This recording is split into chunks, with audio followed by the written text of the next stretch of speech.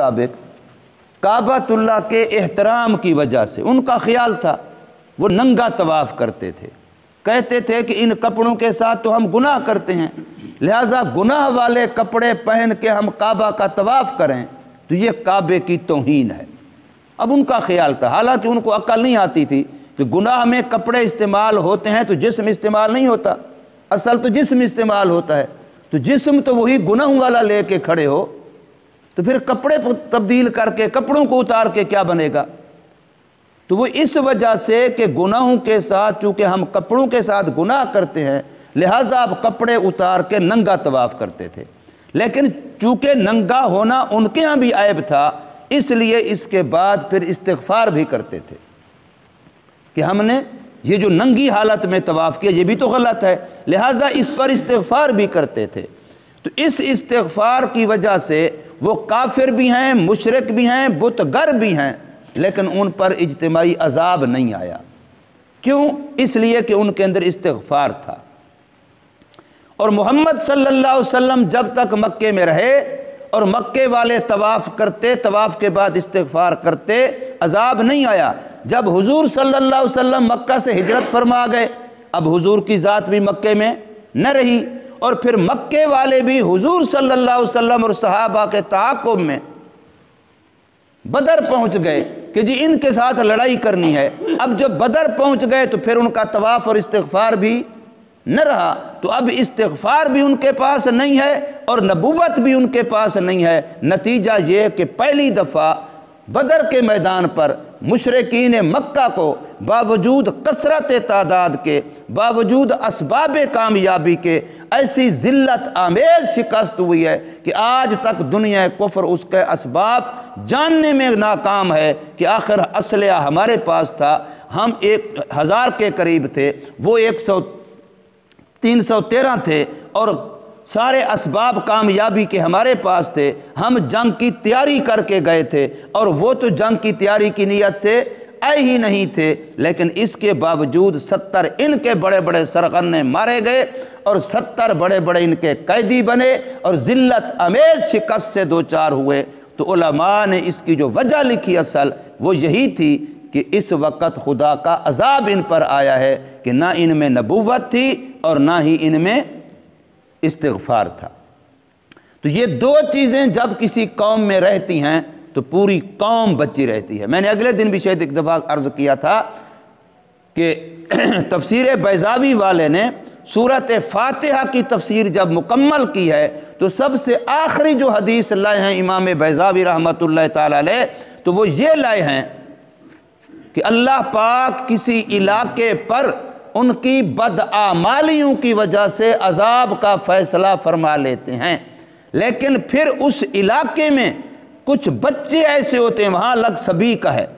وہاں لفظ سبی کا ہے، کچھ بچے ایسے ہوتے ہیں جو قرآن مجید پڑھ رہے ہوتے ہیں جس کی وجہ سے اللہ ان پورے علاقے والوں کے گناہوں اور بدعمالیوں کے باوجود بھی ان سے عذاب کا فیصلہ واپس لے کے عذاب ٹال دیتے ہیں۔ تو اب وہ کرنے والے تو تھوڑے ہیں اور وہ بھی نابالغ ہیں، مکلف تو بالغ ہے، وہاں جو لفظ سبی ہے اس سے اشارہ ان کے نابالغ ہونے کی طرف ہے کہ کچھ نابالغ بھی اگر وہاں اللہ کے قرآن، اللہ کے کلام، ذکر اللہ میں لگے ہوئے ہیں تو اس کی برکت سے پورے علاقے سے عذاب ٹل جاتا ہے۔ تو اس لیے اب ان چیزوں کو دیکھ کے آپ اندازہ لگائیں۔ میں کل سن رہا تھا مولانا سجاد صاحب ہیں اس کے انڈیا کے، ان کا بیان، وہ فرما رہے تھے کہ یہ جو مساجد کے اندر، مکاتب کے اندر، چھوٹے چھوٹے مدارس کے اندر کسی نے ایک کمرے میں اندر درسگاہ بنائی ہوئی ہے، کسی نے کچھ، ان کی برکت سے اللہ پاک نے دنیا سے لوگوں سے عذاب روکا ہوا ہے، ورنہ یہ مکاتب والے جن کی کسی کی 3000، کسی کی 4000، کسی کی زیادہ تنخواہ، بڑے قاری صاحب کی تنخواہ ہے 15000، جبکہ ہمارے سکیل کا بندہ، میں فقہ میں پی ایچ ڈی ہوں، پی ایچ ڈی ہے میری فقہ میں،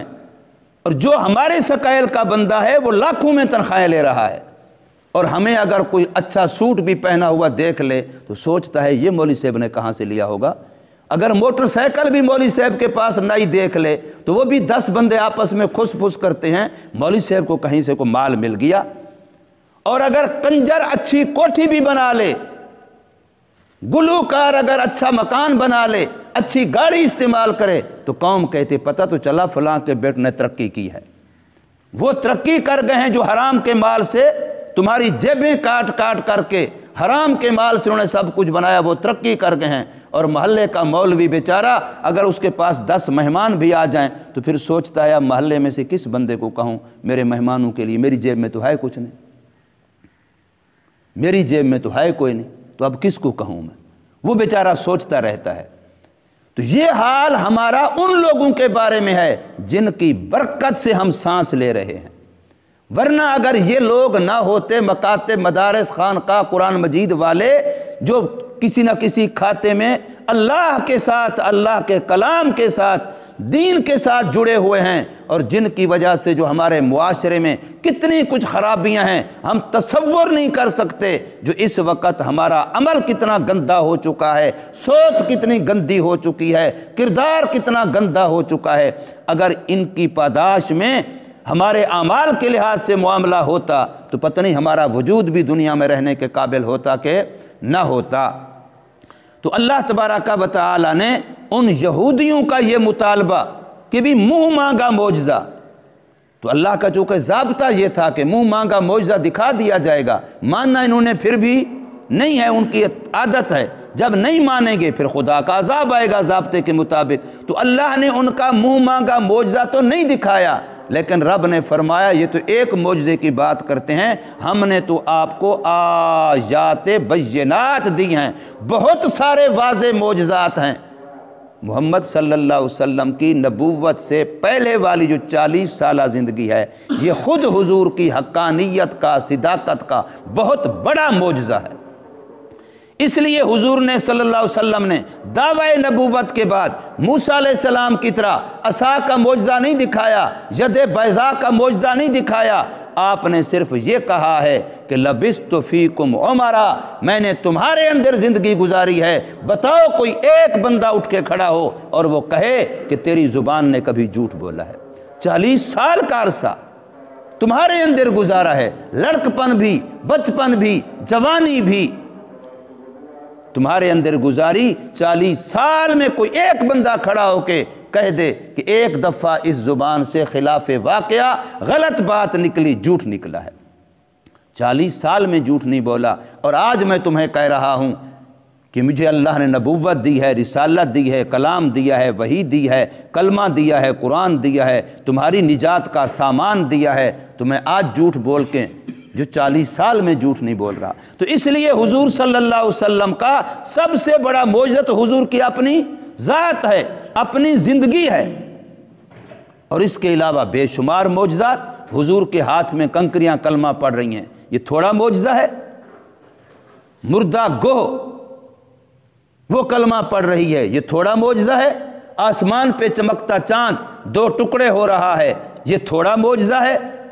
حضور صلی اللہ علیہ وسلم کی انگلیوں سے، 5 انگلیوں سے پانی کے چشمے جاری ہو گئے، یہ تھوڑا معجزہ ہے؟ اور 313 کا نہتے خالی ہاتھ کا 1000 کو شکست دے دینا، یہ تھوڑا معجزہ ہے؟ جہاں میرے آقا نے نشان لگا کے بتایا تھا یہاں فلاں کافر پڑا ہوگا، یہاں فلاں پڑا ہوگا، یہاں فلاں پڑا ہوگا، وہ بڑے بڑے 70 اسی جگہ میں پڑے تھے جہاں محمد صلی اللہ علیہ وسلم نے جگہ بتلائی تھی۔ تو یہ حضور صلی اللہ علیہ وسلم کا معجزہ نہیں تھا؟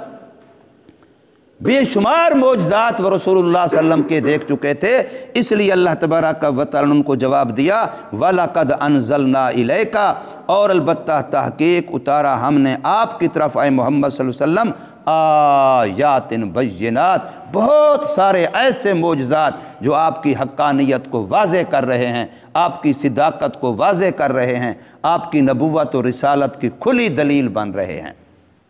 قرآن مجید میں آیات کا لفظ جب بھی آئے اس کے 3 معنوں میں سے ایک معنی ضرور ہوتا ہے، یا تو آیات سے مراد اللہ کی قدرت کی نشانیاں جن کو نبیوں کے معجزات بھی کہہ سکتے ہیں، وہ اللہ کی قدرت کی نشانیاں ہیں، اور یا آیات سے مراد یہ قرآن مجید کی آیتیں جن کو ہم تلاوت کرتے ہیں، اور نمبر 3